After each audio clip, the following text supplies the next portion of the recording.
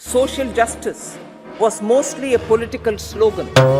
என்னது சமூக நீதியை தொடங்க மதச்சார்பின்மையை பத்தியும் நிர்மலா சீதாராமன் அவர்கள் பெருமையா பேசியிருக்காங்களா? ஆமாங்க, எனக்கு ஷாக்கா தான் இருக்கு.